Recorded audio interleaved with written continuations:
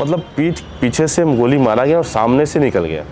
अपने घर से केशोराम के रास्ते मस्जिद तालाब के पास जा रहे थे, वहीं पर मस्जिद तालाब के पास हमको वहाँ पीछे से एकदम सटा के गोली मारा गया। मैंने एरिया का एक बाड़ी जिसमें 2-4-10 हिंदू फैमिली थे, उनके घर के सामने जो है मैंने आपत्तिजनक, जिसको हम लोग बीफ भी कह सकते हैं, वो फेंका गया। मटिया बुर्ज क्षेत्र में सिर्फ इतना था कि हम लोग यहाँ से तिरंगा यात्रा करें। नमस्कार दोस्तों, मैं अजीत और आप देख रहे हैं ऑफ इंडिया। एक और विक्टिम के साथ हम लोग बैठे हुए हैं और बंगाल जिस तरह से पॉलिटिकल वायलेंस का, या आप कह सकते हैं वायलेंस का पर्याय बन चुका है, पिछले कई सालों में, ख़ास करके पंचायत चुनाव जो पिछली बार हुए थे तब से टीएमसी, भाजपा, आरएसएस और कहीं कहीं पे वामपंथियों के भी काडर की हत्याएं होती रही, झड़प करती रही।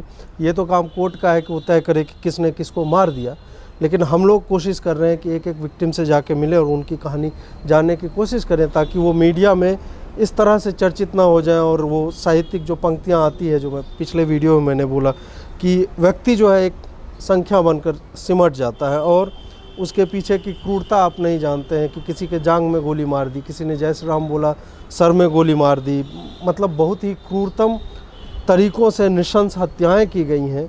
और पार्टी क्या कर रही है, संस्थाएं क्या कर रही है, पॉलिटिशियंस क्या कर रहे हैं, प्रशासन क्या कर रहा है, कोर्ट क्या कर रहा है, जज क्या कर रहे हैं, वो सब के लिए देखने के लिए है कि ये जो 300 कार्यकर्ताओं की मौत के बारे में एक संख्या जारी होती है, उसमें अंततः कितने मामले इतने सालों में अपने परिणाम पर, या न्याय जो एक बड़ा ही रोमांटिसाइज्ड शब्द बन गया आजकल, न्याय कितनों को मिला है।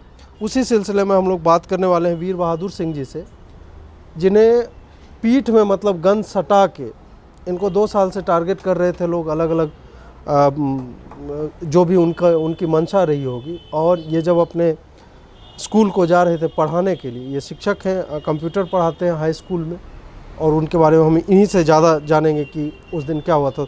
वीर बहादुर सिंह जी, बहुत बहुत स्वागत है आपका इस चर्चा में। सबसे पहले बताइए आप करते क्या हैं? व्यक्तिगत रूप से हम एक प्राइवेट स्कूल में शिक्षक हैं और संघ के नगर कार्यवाह, गुरु गोविंद सिंह या हमारा क्षेत्र है, नगर कार्यवाह के रूप में यहाँ पर हम काम करते हैं। 2 दिसंबर 2019 को आपके साथ एक घटना घटी थी। उस घटना के बारे में आप सुबह से हमें बताइए कि कैसे कैसे क्या क्या हुआ था। देखिए, ना चाहते हुए भी कुछ लोग जो है हर एक चीज़ को राजनीतिक रूप से ले लेते हैं। हमारा उद्देश्य मटिया बुर्ज क्षेत्र में सिर्फ इतना था कि हम लोग यहाँ से तिरंगा यात्रा करें, केशोराम कॉटन मिल गेट से। पहला वर्ष हम लोग का 2016 में जो किए वो अच्छा हुआ, 17 में भी उसके बाद ठीक ही हुआ। लेकिन 18 में क्या हुआ कि 23 जनवरी 2018 को एक माने एरिया का एक बाड़ी जिसमें 2-4-10 हिंदू फैमिली थे, उनके घर के सामने जो है माने आपत्तिजनक, जिसको हम लोग बीफ भी कह सकते हैं, वो फेंका गया। फेंकने के बाद हम वहाँ, हमारे पास फ़ोन आता है कि भाई ऐसा घटना हुआ है। हम जाते हैं वहाँ, तो जो इलाका के लोकल काउंसिलर हैं वो वहाँ आते हैं, उसको अपने हाथ से उठाकर फेंक देते हैं। हम बोलते हैं ऐसे तो लोगों का मन बढ़ जाएगा, फिर और ही घटना ऐसा होने लगेगा, या ऐसा ही नहीं है, आप पुलिस में FIR कराइए, नहीं तो हम राज्यपाल के पास जाएंगे। फिर उस जगह पर हमारे साथ मतलब उनके लोग मॉब लिंचिंग जिसको कहते हैं वो करने का प्रयास किया गया। लेकिन वहाँ के कुछ माने कलकत्ता पुलिस के कुछ वहाँ कर्मी थे जिन्होंने हमें सेव किया। उसके बाद किसी तरह से हमको घर में पहुँचाया गया। फिर रात को 12 बजे से 2 बजे तक मटिया बुर्ज थाना में बैठा के हमको मेंटली टॉर्चर किया गया कि आप जो है ये करते हैं, आपके कारण ये सब हुआ। लास्ट में हमसे लिखित में लिया गया कि आप ही ये सब करवाए हैं। फिर उसके बाद हमारे भाई भी हमारे साथ बैठे थे, वो रोने लगे और हम लास्ट में माने दुखी मन से बोले कि इस सब झमेला से हमको कोई मतलब नहीं है। वहाँ से फिर हम साइन करके कि हम ही किए हैं, निकल गए।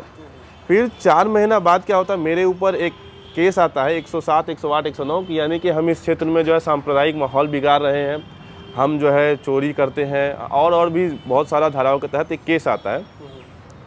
उसके बाद मतलब हर एक 6-6 महीना पे उसके बाद हमको एक CSC का चोरी का केस दिया गया कि आप मटिया बुर्ज हाई स्कूल के पास से बिजली चोरी करके पूरा जो है मटिया बुर्ज में बेचते हैं।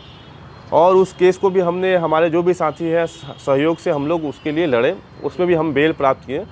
अब उसके बाद क्या हुआ कि फिर हमारे घर पर उनके लोग, जो यहाँ के लोकल काउंसिलर हैं, उनके लोग जो है, जो रूल सत्ताधारी पार्टी से संपर्क रखते हैं, वो आए और फिर से हमारे घर पे हमला किया, जिसमें हमारे 2-4 साथियों के साथ मतलब मारपीट, हमारे जो एडवोकेट थे उन पर भी हमला किया गया। और उसके बाद हम लोग थाना में जब एफआईआर करने जाते हैं तो थाना वाला भी जो है डायरेक्ट उनके नाम से एफआईआर नहीं लेता है। कलकत्ता पुलिस का सबसे बड़ा दुख का बात यह है कि एक इंसान को मतलब इंसाफ कैसे मिलेगा जब प्रशासन ही केस नाम नहीं ही नहीं लिखेगा, लिख रहा। नाम ही नहीं लिखेगा अज्ञात लोगों के खिलाफ या किसी और थर्ड पर्सन का नाम दे के एंड ऑर्डर्स लिख के। ये कलकत्ता पुलिस का सबसे मेन तरीका है काम करने का, क्योंकि लगातार हम लोग यहाँ से कलकत्ता पुलिस से संपर्क में किसी न किसी बहाने जाते रहते हैं। आप जन्म से ही यही है हाँ, ना? जन्म से ही यही है।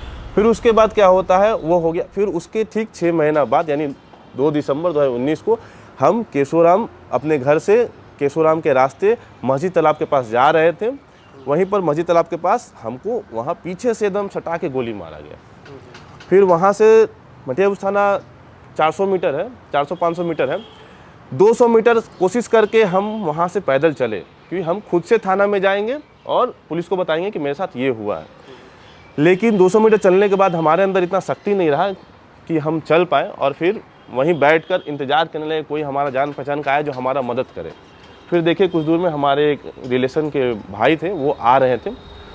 उनको हमने बोला कि भाई आप पुलिस को बुलाओ, क्योंकि ये पुलिस केस है।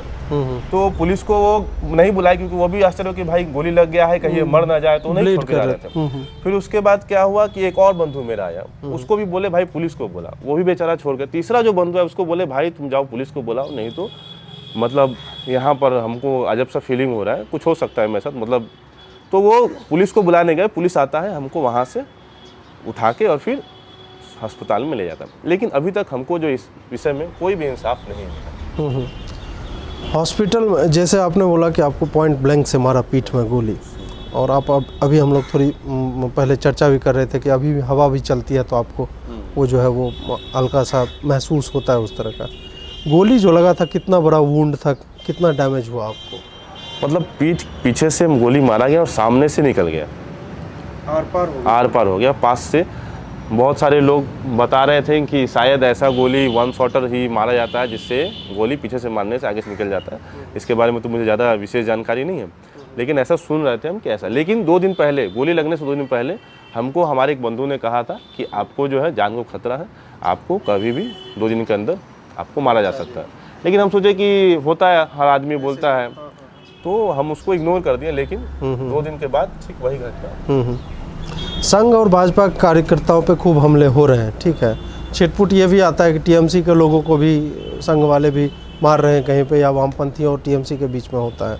आप मुझे ये बताइए कि संघ और भाजपा कार्यकर्ताओं के साथ ही क्यों हो रहा है? क्या आप लोग एक्चुअल में उकसाते हैं क्या इन लोगों को? नहीं, हम लोग किसी को उकसाते नहीं हैं। हम लोग जो गलत है उसके खिलाफ बोलते हैं। समस्या उकसाने से मेरा मतलब ये है ना कि कुछ नेता जो है जय श्री राम सुन के भी उकस जाते हैं। नहीं, तो उनकी कमी है। जय श्री राम से किसी को मतलब ज़्यादा चिढ़ना नहीं चाहिए। जय श्री राम तो भगवान का नाम है, राम का नाम लेने सबका कल्याण हुआ है, उनका भी हो जाएगा। नहीं करना चाहिए।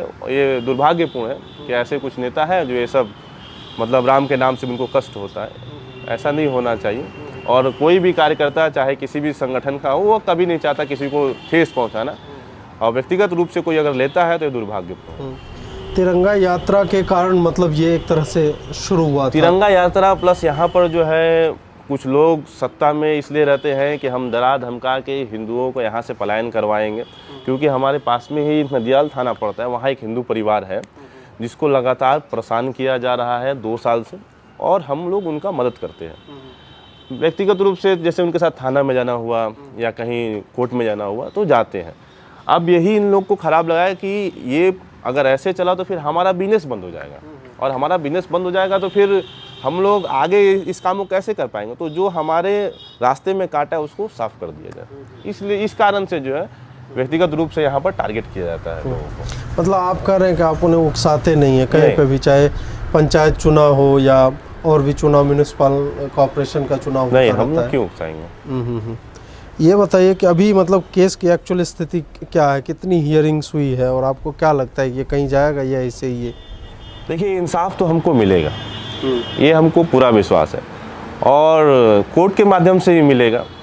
बस 2 महीना का और समय है। 2 महीना बाद जब बंगाल में परिवर्तन आएगा तो जो लोग इस तरह के काम करते हैं उनके साथ हम लोग इस विषय में संघर्ष करेंगे और जितने मतलब विक्टिम लोग हैं सबको हम लोग इंसाफ दिलाने की कोशिश करेंगे, इंक्लूडिंग माई सेल्फ, हमारे को लेके मतलब हम लोग इंसाफ लेके। मतलब आप इसे एक वैयक्तिक तौर पे नहीं देख रहे, आप एक सामूहिक तौर पे देख रहे हैं, जिनके भी साथ इस तरह से हुआ एक सामूहिक लड़ाई जो है इस पे लड़ी जाएगी। पार्टी या नेताओं ने कभी कुछ मदद की आपकी, या सिर्फ ये फ़ोटो खिंचाने आते हैं? देखिए, पार्टी और नेताओं को अपने कार्यकर्ताओं से बहुत उम्मीद रहता है कि उनके लिए वो सब कुछ करे। वैसे ही हर एक कार्यकर्ता का भी उम्मीद रहता है कि उनके लिए उनके जो बड़े बड़े नेता हैं वो भी करें। लेकिन क्योंकि मैं भाजपा या किसी पार्टी का कार्यकर्ता नहीं हूँ, मैं एक संघ का स्वयंसेवक हूँ, इसलिए हमारे जो संघ के सीनियर लोग हैं वो हमें पूरा कोऑपरेट करते हैं और पूरा विश्वास दिलाते हैं कि आपके साथ हम लोग इंसाफ आपको दिला के रहेंगे। अब थोड़ा सा ये भी बताइए, मैं इस इलाके में जो बैठा हुआ हूँ, मैं आदित्य से चाहूँगा कि वो थोड़ा एक बार कैमरा घुमा के दिखाइए आप कि ये हम कहाँ पे बैठे हुए हैं। और उधर एक मिल है, शायद अबेंडेंड है, केशुराम मिल है उधर, और इधर भी है एक, फिर ये मंदिर है, उधर एक मस्जिद टाइप का कोई स्ट्रक्चर है। तो थोड़ा सा मतलब इस इलाके के बारे में हमें बताइए। देखिए, इलाका तो बहुत पहले यहाँ पर हिंदू आबादी अच्छा खासा हिंदू आबादी था, लेकिन क्योंकि लोग यहाँ पर जो है इस इंडस्ट्री जो सारे इंडस्ट्री जो बंद है यहाँ पर काम करते थे और मिल बंद होने के कारण यहाँ से लोगों का पलायन जो है अलग अलग स्थानों पर शुरू हुआ और इसके कारण यहाँ से बहुत सारे लोग चले गए। कुछ और उसके बाद जो लोग बचे वो इस क्षेत्र में जो यहाँ पर सत्ता का दुरुपयोग करके लोगों को डराने धमकाने मारने पीटने का मतलब फिल्मी स्टाइल में हमने अपने आँखों से देखा है कि कैसे एक माने बाड़ी जिसको हम लोग बोलते हैं, एक एरिया, एक प्लॉट जिसमें 20-25 घर है, उसको कोई खरीद लेता है। अब वो लोकल गुंडा को पैसा देता है कि आप इसको खाली करवाइए। फिल्म स्टाइल में आके लोग वहाँ खाली करवाते हैं। मैंने अपने आँखों से देखा है और उससे ही गुस्सा आया कि जब देश में बाबा साहब अम्बेडकर द्वारा जो संविधान लागू है उसका अधिकार जो है जो मटिया वो जो माइनॉरिटी हिंदू है उनको ही मिलना चाहिए, जो नहीं मिलता। इसी के लिए हमारा लड़ाई है। और एक केशुराम या श्री राम जूट मिल ऐसा बहुत सारा मिल है जो बंद है जिसके कारण लोग भाग रहे हैं। और दूसरा ये भी कारण है कि यहाँ का जो सत्ताधारी दल है और उसके संरक्षण में जो गुंडे हैं यहाँ के लोगों को शांति और सुख से रहने नहीं देना चाहते। उनका कहना है कि हमारे हिसाब से चलिए तो रह पाइएगा। और उनका हिसाब क्या है? हिसाब यही है कि वो जो कहते हैं वो जो करते हैं उसमें आप आइए, वो सही करते हैं गलत करते हैं उससे आपको मतलब नहीं है। हम वो जो माई वे और हाईवे वाला है कि हम ही ठीक है, हमारा ही काम ठीक है। आप लोकतंत्र और डेमोक्रेसी में है लेकिन आपका कुछ अधिकार नहीं है। थाना में अगर आपको कुछ होता है केस करने जाइएगा तो थाना वाला वहाँ के लोकल जो सत्ताधारी दल के लोग हैं उनसे पूछेंगे कि आपके खिलाफ ये कंप्लेन आया, हम कंप्लेन ले कि नहीं ले। समस्या यहाँ ये है, मतलब पूरा सिस्टम रिग्ड है एक तरह से। सिस्टम यहाँ पर रिग्ड है और यहाँ पर लोगों को देखिए, हम तो आप बोल पा रहे हैं क्योंकि हम इतना संघर्ष करने के बाद भी हम तैयार हैं संघर्ष करने के लिए, लेकिन बहुत सारे लोगों को आपको आंखों से पढ़ना होगा कि वो कहना क्या चाहते, तो बोल नहीं पाएंगे। नहीं, वो हमने कल देखा, हम घूम रहे थे तो मुझे लगा मैं लोगों से सिर्फ इस सरकार के कार्यकाल के बारे में मैं बोला पॉजिटिव ही बता दीजिए, तो आदमी बात करने के लिए तैयार नहीं है। यहाँ नहीं बोलेंगे, लोगों को बहुत तकलीफ है लेकिन बोल नहीं सकते क्योंकि बोलेंगे तो उनके घर पर हमला होगा, उनको मारा जाएगा, पुलिस के पास जाएंगे, केस नहीं लिया जाएगा और कोर्ट कचहरी का गरीब आदमी जाना नहीं चाहता है। जो 5-10 हज़ार रुपये कमाता है क्यों जाएगा कोर्ट? आप कॉन्फिडेंट हैं कि भाजपा यहाँ पे सरकार बनाएगी? हाँ, वो तो हम 200%। इस सरकार से आपको उम्मीदें हैं कि ये कुछ सुधार करेगी? देखिए, इस सरकार से उम्मीदें मतलब हम लोग एक समाज सेवी कार्यकर्ता के रूप में काम करते हैं तो हम लोग अपने बात को समय समय पहुँचाते रहेंगे और मजबूर करेंगे करें और उनको करना होगा क्योंकि ये जो दुराचार चल रहा है इसके खिलाफ जब लोग खड़े होकर किसी को समर्थन करें तो किसी उम्मीद से करें और वो करना होगा। अगर नहीं करते तो फिर वही होगा जो बाकियों के साथ होता है हमारा। चलिए वीर बहादुर जी, बहुत अच्छा लगा आपसे मिलकर और मैं आशा करता हूँ कि आपके न्याय की लड़ाई जो है, वैसे न्याय मैंने पहले भी बोला कि बहुत ही बेकार सा एक क्या शब्द मैं इस्तेमाल करूँ, एकदम ही गटर में गिरे हुए एक शराबी जैसी स्थिति है इस देश में न्याय की।